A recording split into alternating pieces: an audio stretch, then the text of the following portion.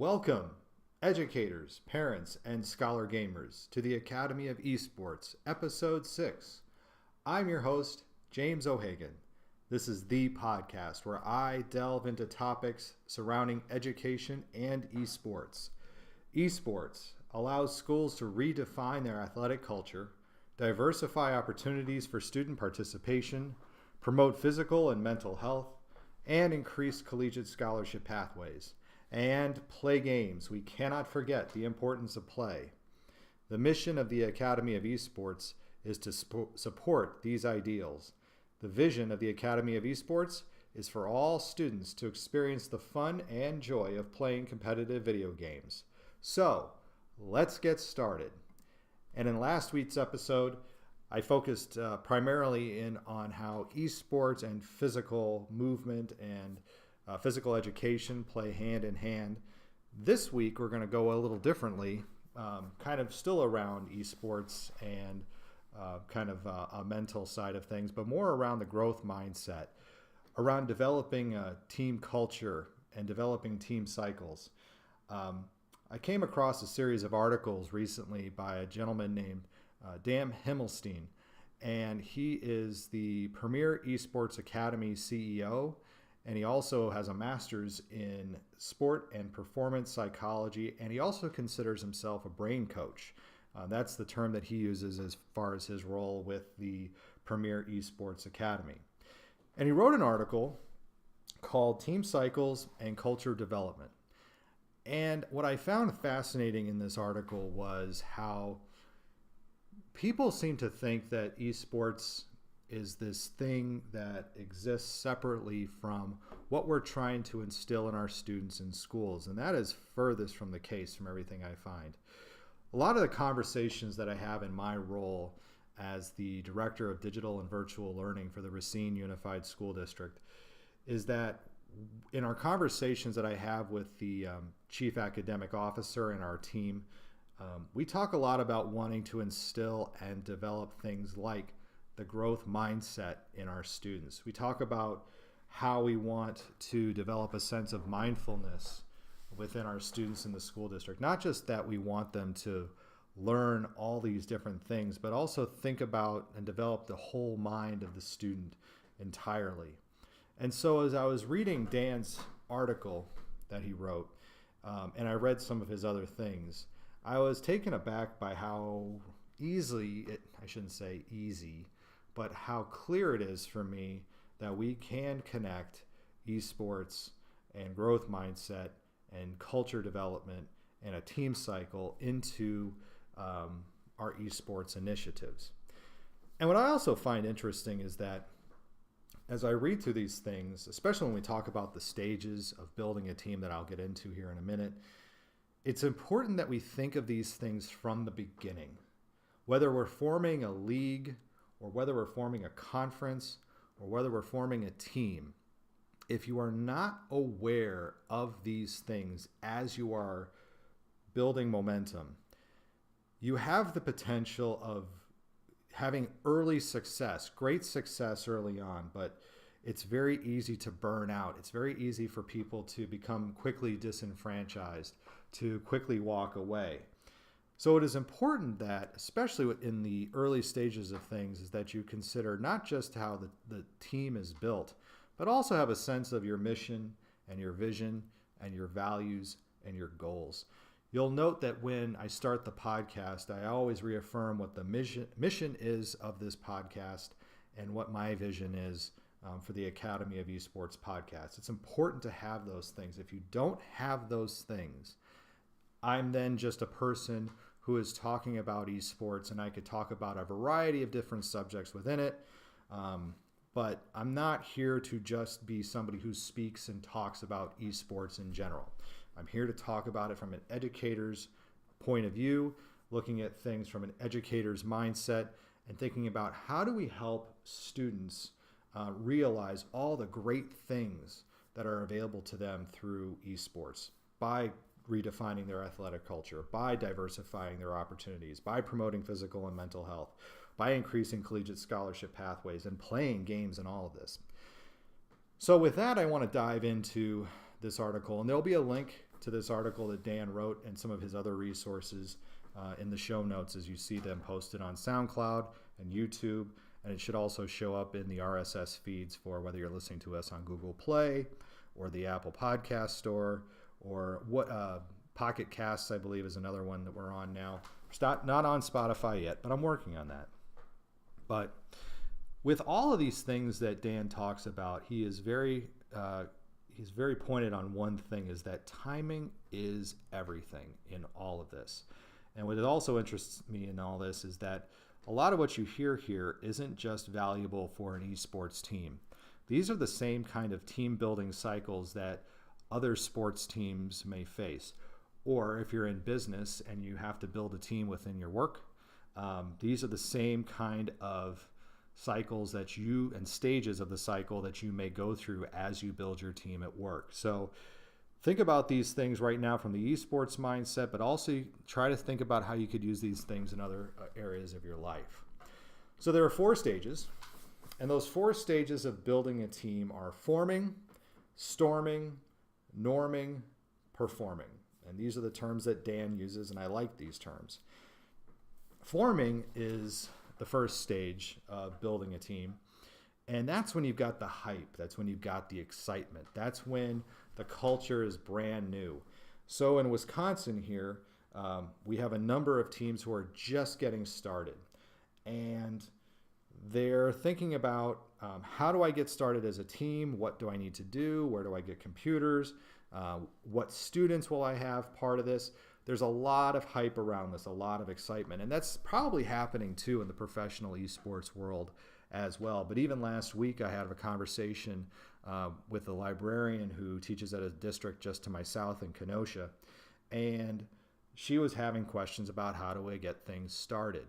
And so there's a lot of hype right now on her team. And in fact, in my own district, Racine Unified, we have a lot of hype, and there's a lot of excitement around how we're developing and forming these teams. But what's important for us to have in all of this is it is important to have a mission, vision, values, and goals, and to develop those things. The mission is what you do. The vision is your future state. Where do you want your team to be? Where do you want your league to be? What is it that your league or your team values, and what are your goals going to be? Also, what are the roles going to be on the team and the expectations? Are you just going to be an esports team that has, say, 10 students and they're just going to be gamers and that's it? Or are you going to have a team that's also going to have, say, data managers or analysts or people who are going to be doing your shoutcasting on Twitch or providing any other video content around your team? What are those roles also going to look like? And what are your expectations for everybody? As you're forming your team, what are the expectations going to be as you are developing practice schedules, training schedules, nutrition regimens? What are all of these other expectations going to be? Are you going to have a grading policy for your team? Say students are going to have a 2.0 GPA in order to participate on the team. All those things need to be spelled out early. Because if you don't start to build those things out and figure those things out early, you're going to then find that your culture is going to kind of grow out of this amalgamation of unsettled upon norms. And you don't necessarily want that to happen. So you want to think about these things early on. Also, you have to think about your player-to-player relationships in the time of forming. So what motivates each participant? Is each participant going to be somebody who is going to be a gamer? Or as you get into developing your team and you're forming your team, are these people all going to settle into these roles, or are the roles going to be fluid? Are they going to change? And so after the forming phase, and you're going to move out of that kind of probably as you put things down on paper, as you start to develop these, like I said, your mission, vision, values, and goals, you move into what's called the storming phase. Now, this is where you might find some team conflicts. This is where you might find where there's clashes of players and teams, and you're starting to shift people around and move people around in the roles. And whether that's done by the students or whether that's done by a coach, these are things that are normal. It's very normal for there to be conflict on a team. This is when communication and patience will be tested sometimes by some players. And that's okay. It's all right for communication and patience to be tested. And it is also important in this time, too, as you're thinking about, especially if you are a coach, it is important to think about what is going to be your main communication channel. Because a lot of times in these environments, you can use a chat service, as Dan points out. You can use a chat service like Discord or Skype or text messages or Facebook Messenger or whatever you're going to choose. But perception is reality. And as students read messages in some of these forums, they may perceive certain things. They may misperceive certain things. They may read something in a completely different way than what was intended to be read. So it is very key and important in your storming phase to make sure your communication channels are carefully selected. Say, for example, you're going to use Discord. You might want to do everything over voice chat rather than, say, text or typing a message in Discord or something like that. But as a coach or as an organizer, you want to make sure that during what we call the storming phase, what Dan calls the storming phase, is that you are definitely focusing in and harnessing your team's energy into more of a cohesive unit. Because after the storming phase, you then move into what's called the norming phase. Okay? And within the norming phase, this is when you're starting to develop your cultural norms. This is when the culture is truly established on your team. Everyone on the team knows what is expected of them and how to behave. It's like how when I was playing football, by the end of the football season, we could walk onto the football field and know what we need to do at 3:30 and what we need to do at 4 o'clock. We didn't need the coaches out there to warm us up, to take us through drills. We knew how to do those things on our own. Same with when I play rugby. We know at a certain time, practice is to start. We know how to get ourselves warmed up, even if everybody isn't there. Same thing is going to happen in your esports team as well, too, where roles are going to be defined, where expectations are already going to be there, and where your culture is already going to be established. And this is a great time, and this is a key thing right here. This is a great time that during your norming phase of your team, when your culture is being established, is that you are instilling a growth mindset within your students. The idea of the growth mindset comes from Carol Dweck at Stanford University. You may have read about it in some of Daniel Pink's literature. He speaks very highly and long about the growth mindset. But he compares that to the fixed mindset. So I want to give you an example. The growth mindset, first of all, is how, when facing adversity, do we then change and grow? Versus the fixed mindset, where when we face adversity, we kind of lock in and say, well, that's all that there is, and there's nothing more I can do about it. So first rule when looking at the growth mindset versus the fixed mindset, in a fixed mindset, the person may look clever at all costs. Okay, so in a fixed mindset, they may only want to do things that make them show how good they are. All right. Versus in a growth mindset, we're in a constant state of learning. It is more important to learn things than to just be the best all the time. So to not be afraid to show your flaws, to not be afraid to show your deficiencies. I myself, when I see conversations about growth mindset all the time, when I'm in my CrossFit classes, okay, in my CrossFit training. Certain things I know I cannot do right now. My shoulder mobility isn't good. I can't stand very well on my hands. But my fixed mindset, if I was a fixed mindset person, it would be, well, my shoulders are just immobile and that's what I've got. And that's not the case at all. My growth mindset says, these are the things that I need to work on. I need to work on my shoulder mobility. And when my shoulder mobility is better, I'll be able to do a lot other things better than what I could do in the past. And here's another example of fixed mindset versus growth mindset. A fixed mindset would say everything should come naturally. Everything that I want to do should come naturally to me, okay? And that's definitely not the case, okay? So as your student and your scholar gamers are playing these games, they may be put into situations where certain things do not come naturally. For example, your scholar gamers may be excellent when they're playing League of Legends, for example, not as part of a team, but kind of just off by themselves. They don't know how to play in a team. So the growth mindset would say we need to work hard and we need to have great effort within this hard work so that we can become a greater team together. All right. Here's another example of fixed mindset versus growth mindset. Fixed mindset person would say, hide your mistakes and conceal your deficiencies. So after a disappointing match, somebody would say, well, I don't want to do this role anymore. I wish I could do something else because I'm better at being a laner than a jungler, for example, which are roles that you would have in League of Legends. The growth mindset person would say, all right, let me find out what my mistakes were and let me confront those mistakes and rework them. I'm going to work on my deficiencies. That way I can redevelop myself. I have these good skills over here. And if I rework these deficiencies, I can come up with a whole new structure for myself and become a better overall gamer.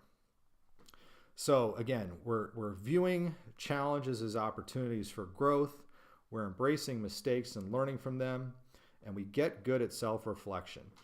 And Dan came up with this great idea. It's called he wants as people are going through their gaming sessions to develop a performance log, and it's 3 simple questions in the performance log. So as the scholar gamer, as a student in a high school who is playing League of Legends, for example, or any other esports game, the performance log then becomes a symbol of that growth mindset that we want our students to be able to have. So number 1, what about my performance today do I feel I did well, is a question that Dan says we should be asking our our scholar gamers, excuse me. I keep saying student athletes, I mean to say scholar gamers. So what about my performance today do I feel I did well? The second question is, what could I have done better? So you've got let's acknowledge what was a good thing that they did and what's something they could have done better. And then the third thing is, what is the plan to improve? So in this norming phase, again, you're establishing the culture. You're just establishing the growth mindset within the student ranks. You're having them developing these performance logs, which allows them to focus on what they did well, not hiding their deficiencies, but acknowledging them, figuring out how they're going to improve them. Okay, these are all fantastic things that we ask as educators, we want our students to do in the everyday classroom.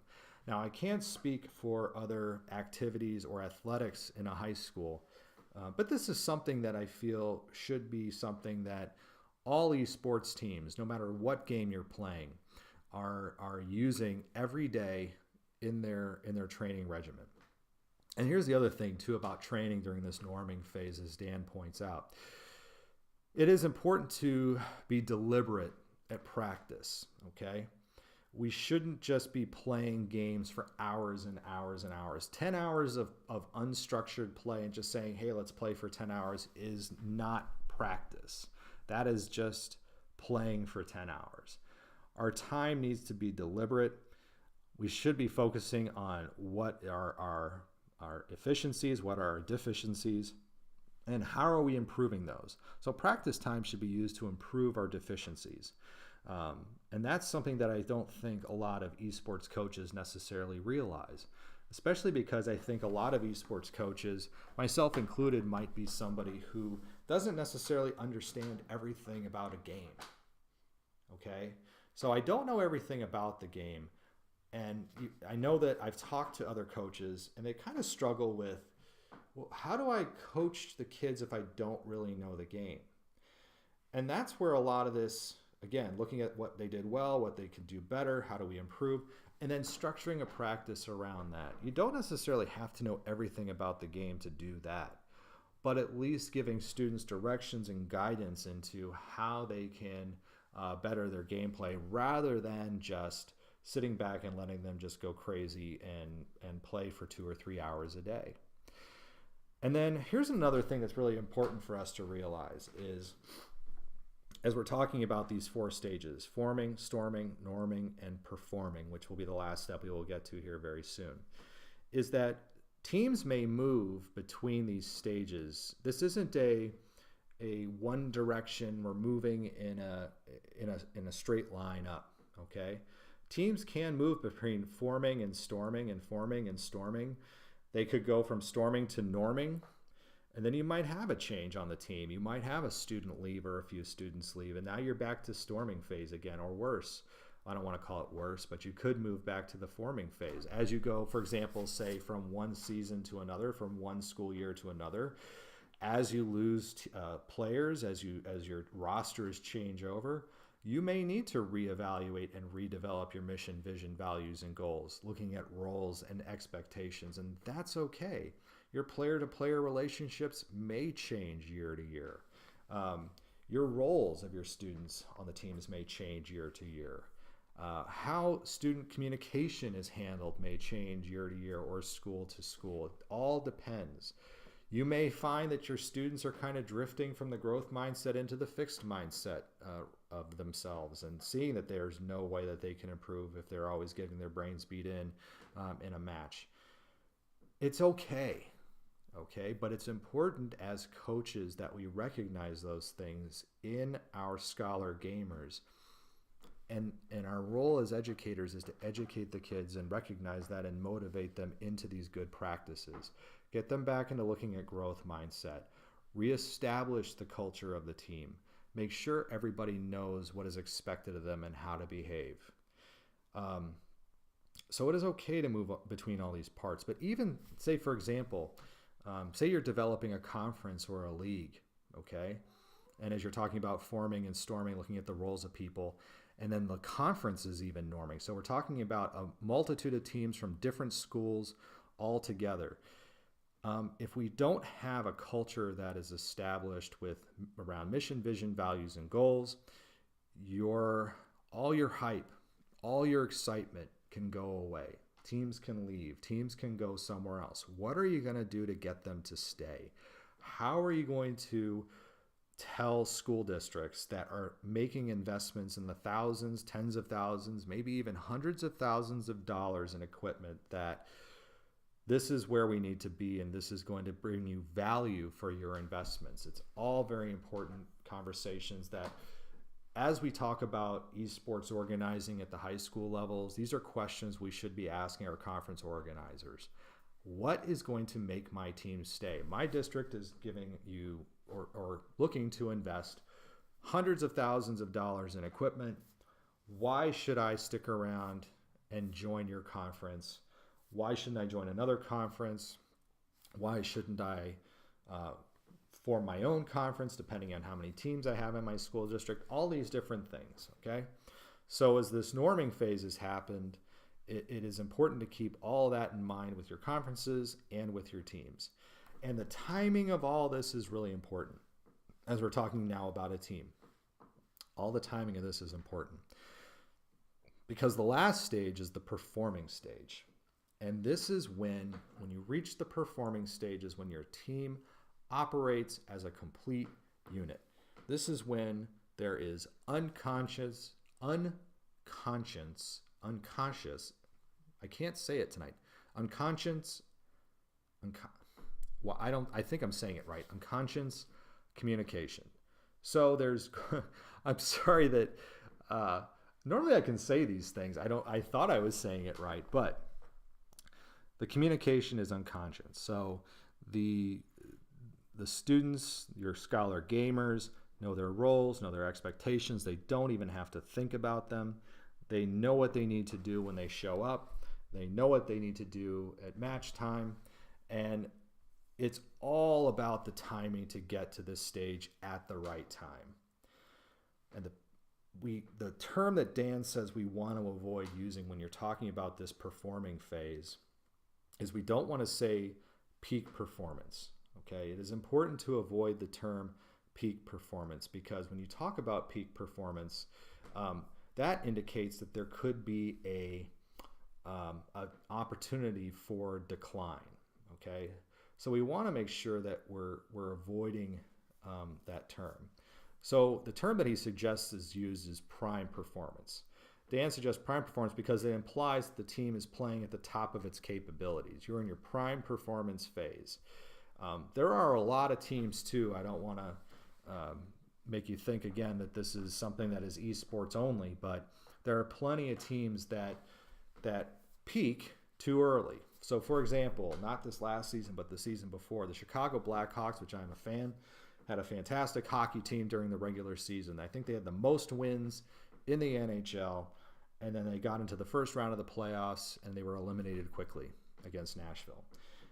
They peaked very early. They were exposed for their flaws very early on.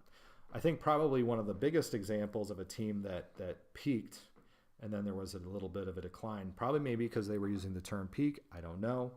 But the 2015-2016 Golden State Warriors, they won 73 games in the regular season. They went up 3-1 in the finals against the Cleveland Cavaliers, and Cleveland did the unprecedented thing by winning 3 straight games to win the finals in 2015-2016. Probably has something to do that LeBron James is on that team, but there was times when LeBron James's own prime performance superseded the team performance of the 15-16 Warriors. Okay. Now, again, as we're talking about these roles, as we talk about these stages, there's 4 of them: forming, storming, norming, and performing. And again, from year to year, from season to season, you may find that your team varies within these roles. But it is very important that as teams are forming and storming, that they move out of those phases quickly, as Dan indicates, and start to develop a culture, that they start to develop the growth mindset, that everyone on the team knows is expected of them, so that they can reach a stage when they are in prime performance and they are ready to tackle the season and be the best team that they can possibly be.